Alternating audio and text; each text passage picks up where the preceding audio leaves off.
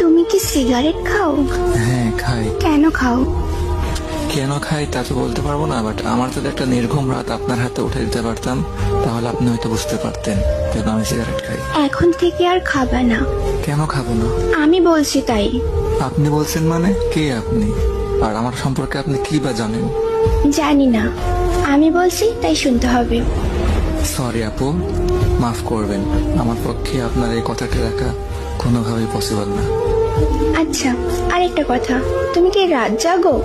রাত জাগা পাপীরা অবশ্যই রাত জাগবে, এটা নতুন কি? এটা বলার কি আছে? আজকে রাত থেকে ভালো ছেলেদের মতো ঘুমাই পড়বা। আজব তো, আমি আপনাকে চিনিও না আর আপনার কথা আমি শুনবো বললেই হবে নাকি? জি, বললেই হবে। আর মুখের উপরে তো কথা বলো কেন? মেরে সোজা বানিয়ে দিব। আপনি ভাবতেছেন আপনার এসব নরম নরম কথায় আমি গলে গিয়ে নিজেকে পরিবর্তন করে ফেলবো, বাট এটা কোনোভাবে সম্ভব না আপু। আমি অগোছালো ছিলাম আর অগোছালোই থাকবো। আপনার এসব কথায় কোনো কিছু আমার যায় আসবে না। এত অগোছালো কেন তুমি? অল্প বয়সে পরিবারের দায়িত্ব কাঁধে নেওয়া অ্যান্ড একটা মানুষকে খুব বেশি ভালোবাসার পরেও তার দেওয়া আঘাতগুলো আমাকে অগোছালো করে ফেলছে। আমি অগোছালো ছিলাম না। নিজেকে গুছিয়ে রাখতে পারো না? যার জীবনের কোনো ত্রিসীমানা নাই তার জীবনটা গুছিয়ে আর কি হবে? তুমি এত